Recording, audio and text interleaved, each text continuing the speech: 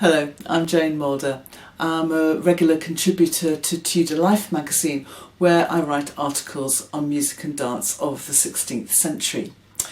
In a minute you're going to be watching a video of me playing with my group PIVA, and it was filmed just a couple of weeks ago when we were in rehearsal for a concert we were performing later on that evening.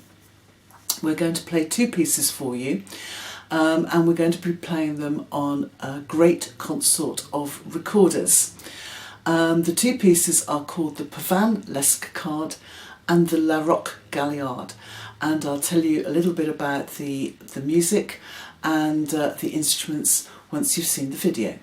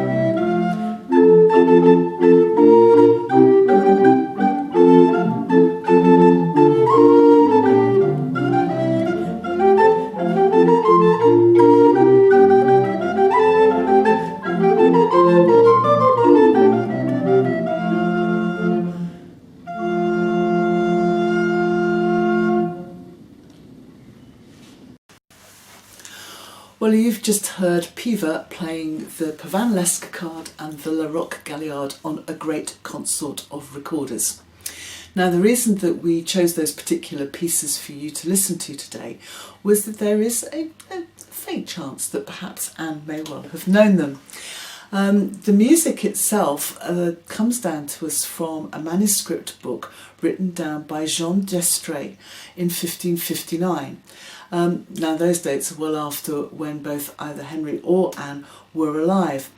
But the first piece, the Pavan-Lescacard, also appears as the King's Pavan in a keyboard manuscript book dated around 1520.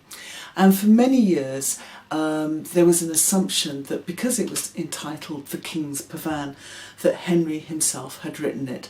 But there is no evidence to support that at all. Now perhaps a little bit about the dances. Yes, the Pavan is a slow, stately dance. It was a couple dance and would have given the people dancing it perhaps one of those rare chances to have an intimate conversation, man on woman.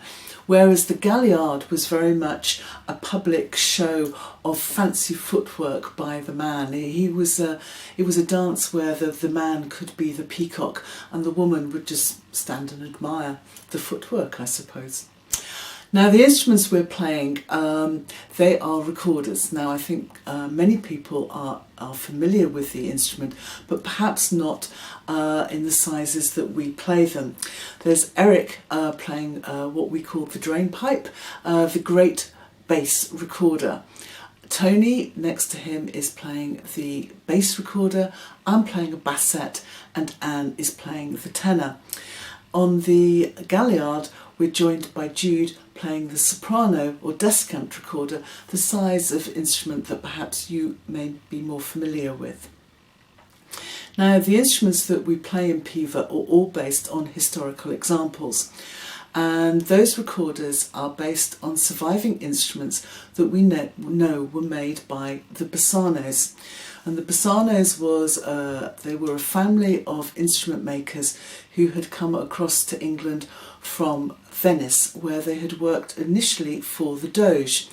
And they were not only instrument makers, but they were players, and they were, I think, wooed is a very good a very good description. They were wooed by Henry to come over and settle in England, and Henry's agent in Venice negotiated with them, and the Bassanos first came over to England in 1531, and they stayed for a couple of years and then went back, and there was a sort of a toing and froing between Venice and London for a number of years before they finally settled in England in 1540. And they were known as the King's Recorder Consort.